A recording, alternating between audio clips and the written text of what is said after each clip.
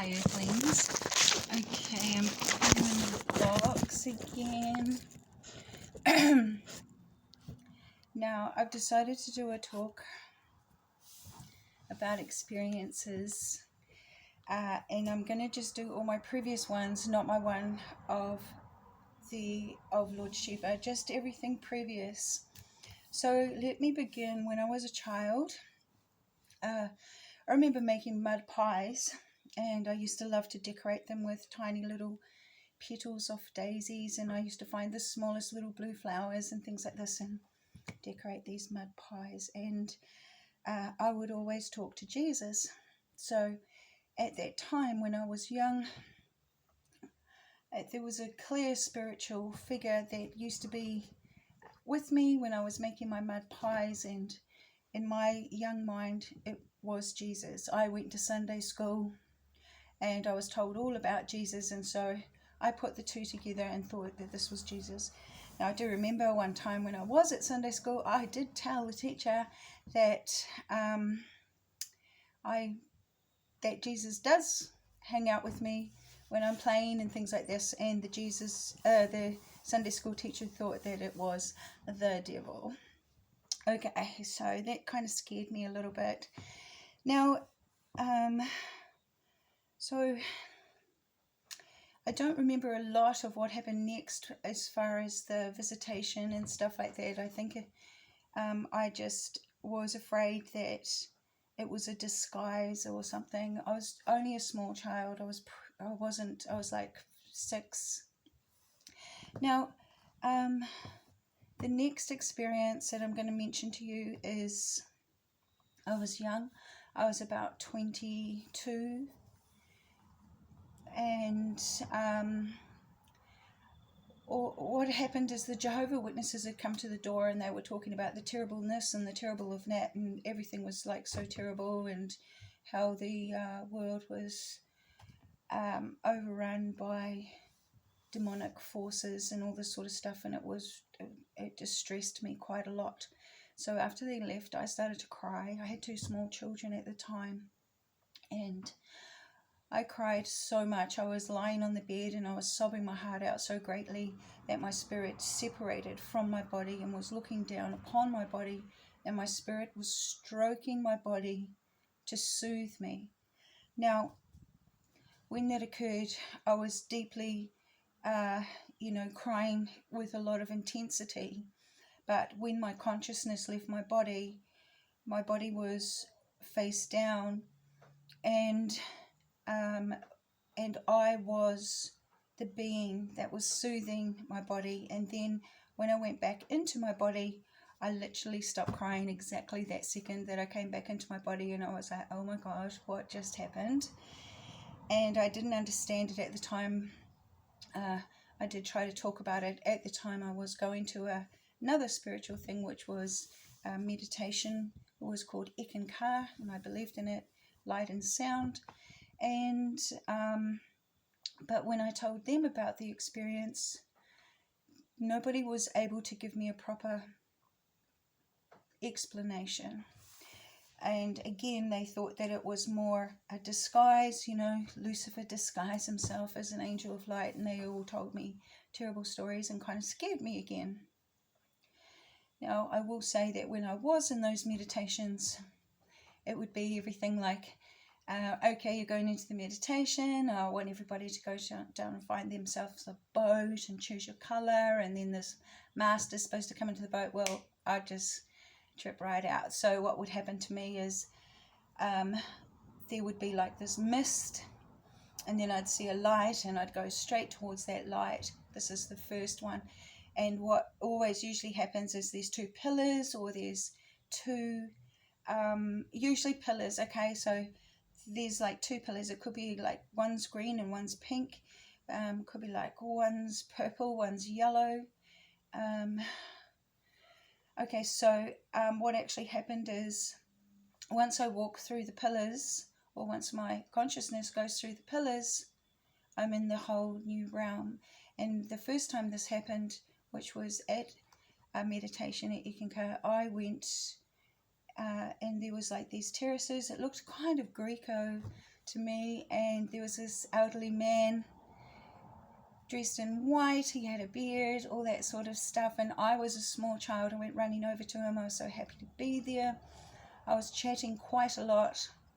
Now, he told me I have to go back, but he gave me a golden ball, and I was holding on to the golden ball, and it absorbed itself inside my belly when I went back through the 2 pillars, and I came back into the room that I was in, and everyone was talking about their boat story, but for me it was a completely different experience. Okay, now that I didn't share. Okay, right. And then I ended up sort of leaving Ekankar, but I did start writing down what my dreams were, and getting a lot into dream analyzing, because I had a lot of dreams. So let's see, where am I going to go next? I think I'll go to the bridge. Okay, so now, of course, my life is a very intense story in this 3D reality. I don't think a lot of people could handle it, but c'est la vie, it is what it is. Now, I'd separated. By now, I've got 4 children. I've got a paralyzed leg, and which I'm trying to function all the time with, and 2 small babies, and 7-year gap in 2 older children, and I'm 29 years old. And the father of my youngest 2 had come to have another argument with me.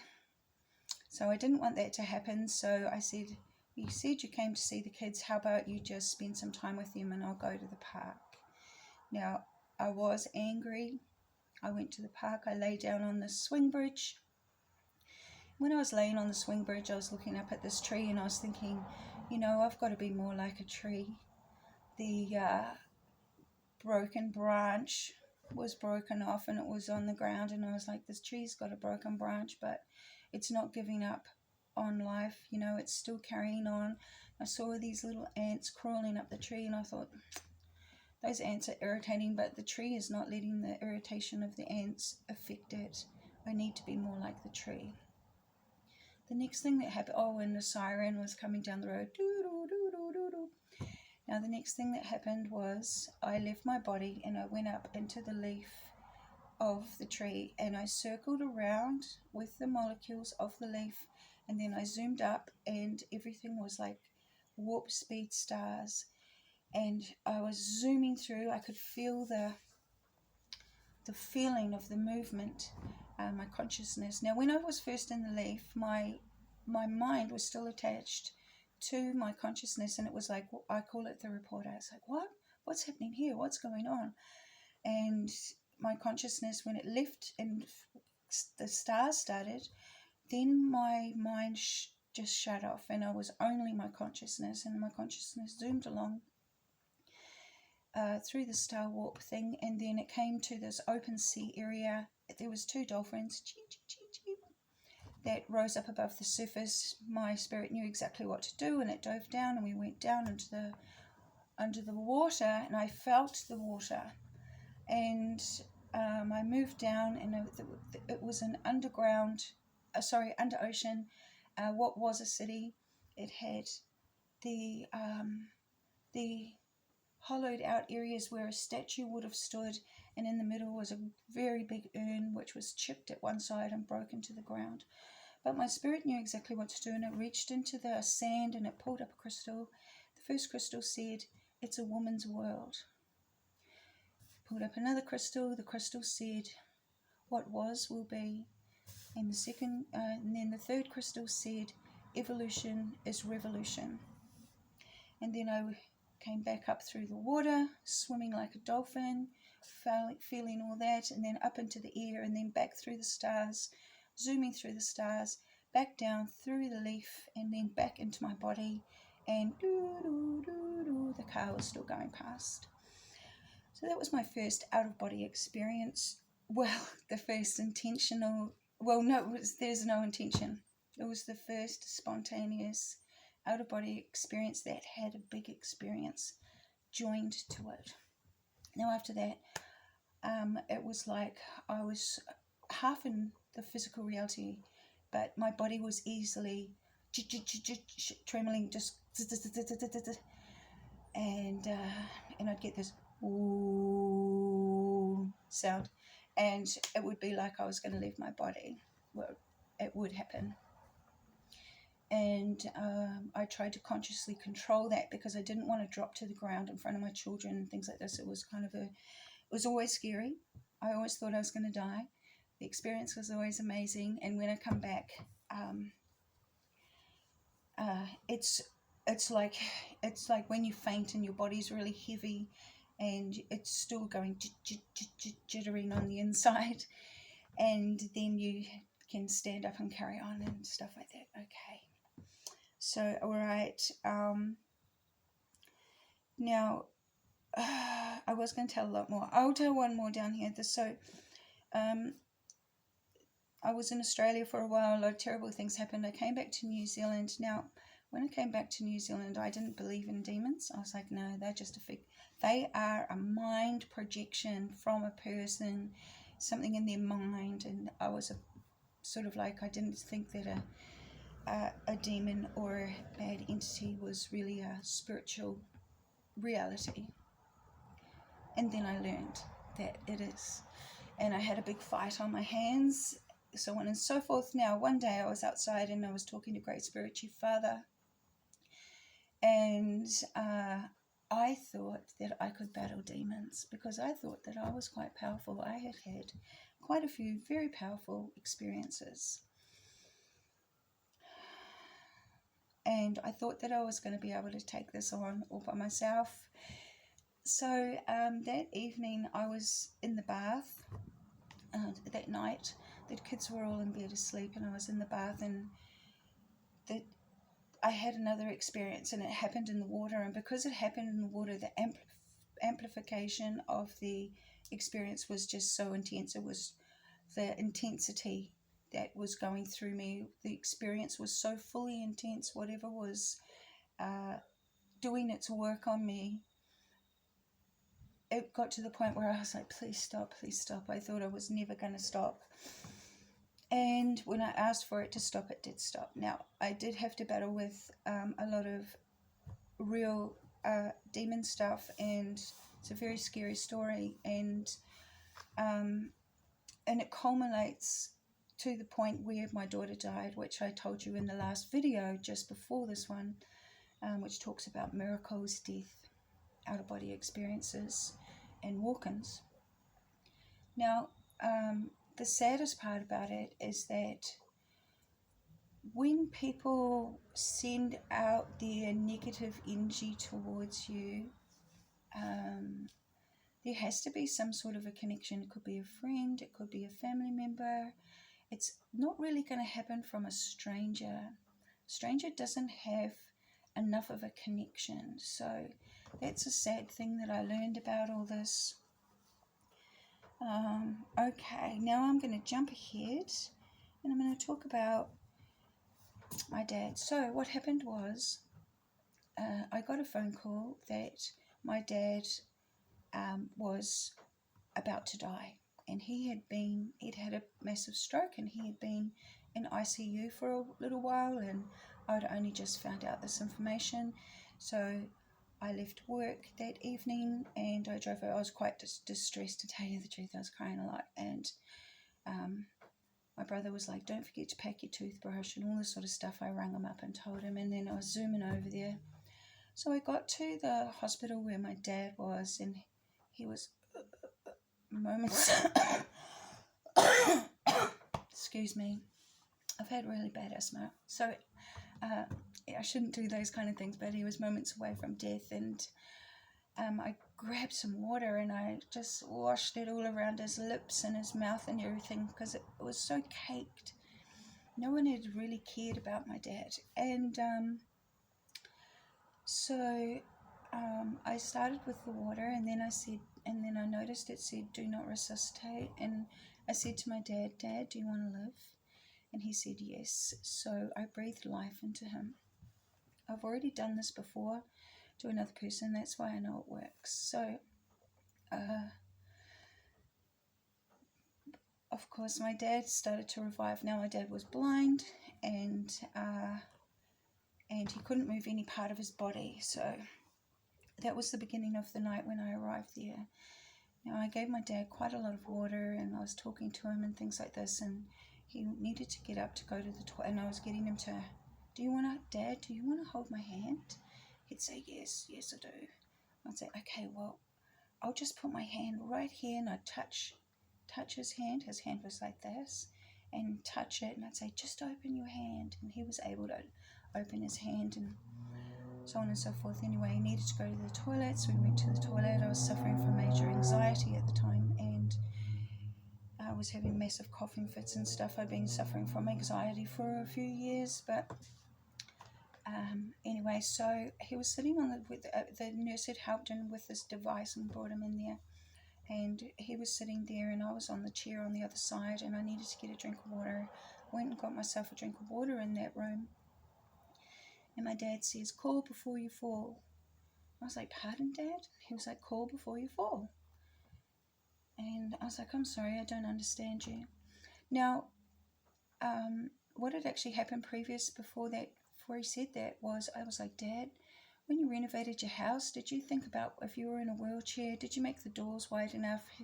Did you think of these things? And he was like, you've never seen my house. And I was like, I know, but I'm just asking, have you done that and this sort of thing? And then I got up and called before you fall. So I turned around to come back towards the seat, and there was a red sign with yellow writing, and it said, call before you fall. I was like, Dad, can you see? And he was like, yes. I was like, can you see, really? And he was like, yes. And I was like, oh my God. So, of course, I was very emotional. I started to cry a little bit. We came back to the room. My dad took his first steps. I was so proud of him. And then that first night, it was really hard. He still needed me to help him turn over, things like this. And I taught him how to use his knee again as an arrow to lead his body so he can turn over, and did a lot of work for the first night. And my dad was sitting up, and he was quite recovered. He said a few good things and stuff, and he got an allocation of an extra 10 years. He had a dream, and now one of the things that he said to me was, heal that man over there. So I was like, oh gosh. So I went over to this man, and he had a stroke too, and when he tried to talk, it was just a stutter, and he couldn't talk, and so I didn't know what to do, but I went and I just stood by him, and I was like, hello, how are you? Everyone was smiling at me up in the stroke ward. They all thought that I was pretty cool, and he tried to talk to me, and so I just listened. Now, I think it was the patience of listening, because most people didn't have the patience, and so like they gave him something to write it down, or they tried to interpret it for him, or things like this, but I didn't do any of that. I just waited and listened while he went through the whole stutter until he finally said a word. And then I was like, oh, I can't remember what the word was. I was like, oh, blah, blah, blah. And then on and on. And then he went out for a walk. He was able-bodied. And when he came back from his little time away with his family or things like that, he was fully talking completely normally. So those things happened. Now, aside from those great things that did happen, there was, of course, a lot of negative things that was happening, and the person that my father was with didn't want me there. She was the one who told me he was nearly dead. She didn't come and see him the whole weekend, and she might have been waiting for the death call, but it didn't happen, and I was reviving my dad exceedingly well. And so anyway, I ended up getting banned from the hospital because she is the I forget what you call them, but she had the power of attorney. Now, after that experience, when then she moved my dad from this room to that room, and then she was moving him back to the town that he was from, and he died. So he died alone, which was really sad, and should never happen when it's your family. Especially because I was the oldest daughter. But I did get to say, we did get to forgive each other and things like this. There was an issue with my dad and me. Now, I'm going to move on. So the next stressful experience, I go through a lot of stress in my life. I noticed that I started doing a lot of what people are calling mudra. and apparently it's an ancient thing, and you do all these different symbols and stuff like that. Now, I had no idea that it was a real thing. I just noticed that when people question me about things that were really intense, I started using my hands. I just was doing it quite instinctively. So instinctively, I was healing myself through hand mudras.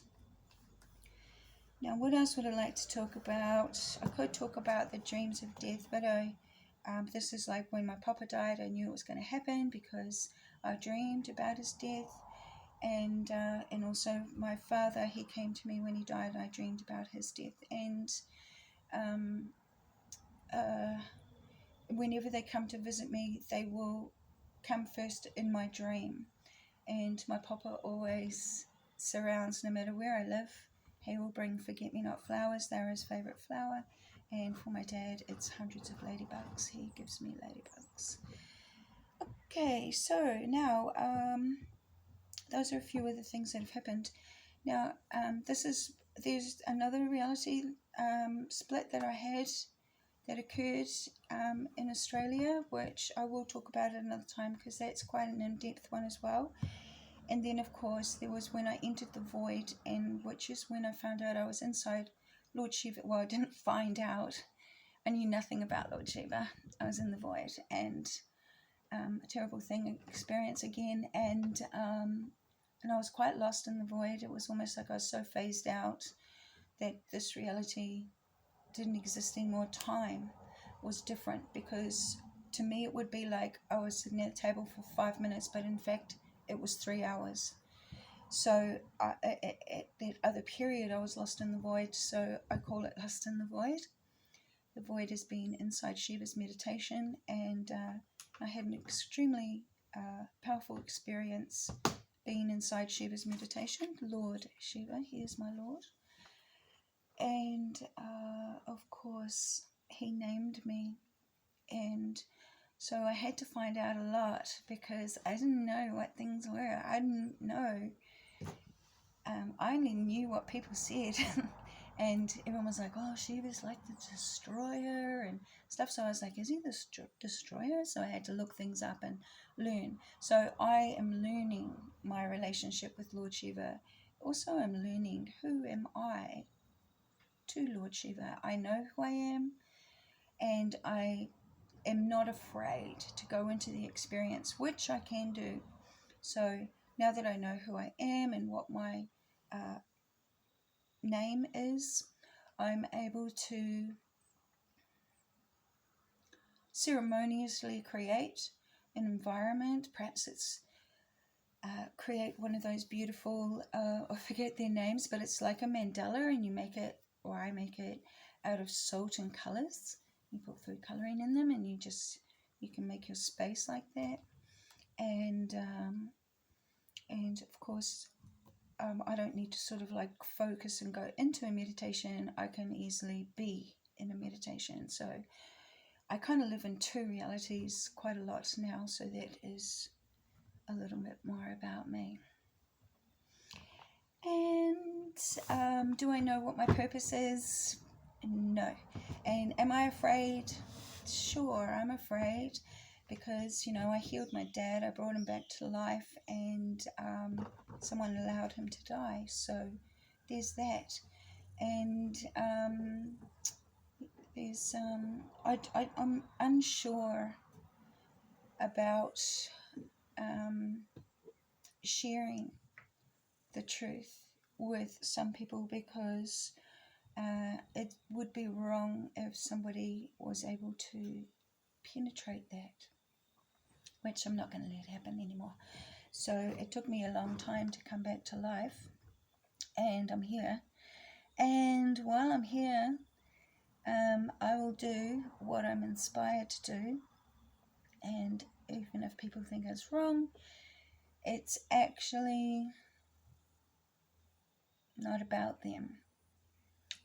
What's about them is their level of where they're at. So in saying, we're all of us going to the same destination, and that destination is the afterlife. And when we get to the afterlife, we're all going to be in a different position. Our spirit gets one existence, and that is this existence, our consciousness, and then the afterlife, okay? And this is our vehicle, our body. It's our only body that will exist. There will be not another body exactly the same as the DNA that made our body. And also, but our soul reincarnates. So there's another aspect that's going on in the blue sky of day, as I've described in my other videos. All the living souls are in the blue sky of day. We're never alone. They are close. It is just here. Our object is to make our living star, our co-creator, to become a part of the heavens. The heavens are birthing stars all the time, and if you're lucky enough that you've been that you're a conscious creator, or that you are consciously creating, even when you zone out of the mind and into the work, then the possibility of you becoming a star, I feel, is greater. And like I said, my star got imprinted down into the ground that I walk upon. So wherever I walk, I have my new pattern that emerges out from me. So back to when I took my last breath, when I had the asthma attack at night time and nearly died a couple of years ago, 2020 I think it was, and I smelled the grass. Now for the next, well, probably 5-6 months after that, the taste of food was just and the smell, you know, of anything, I could smell it. Things were divine around me, and yes, so having a near-death experience is almost like an awareness that extends out, far out from the physical body, and it brings us into a heightened awareness. So that is what I would like to share with you today. So, love you all, and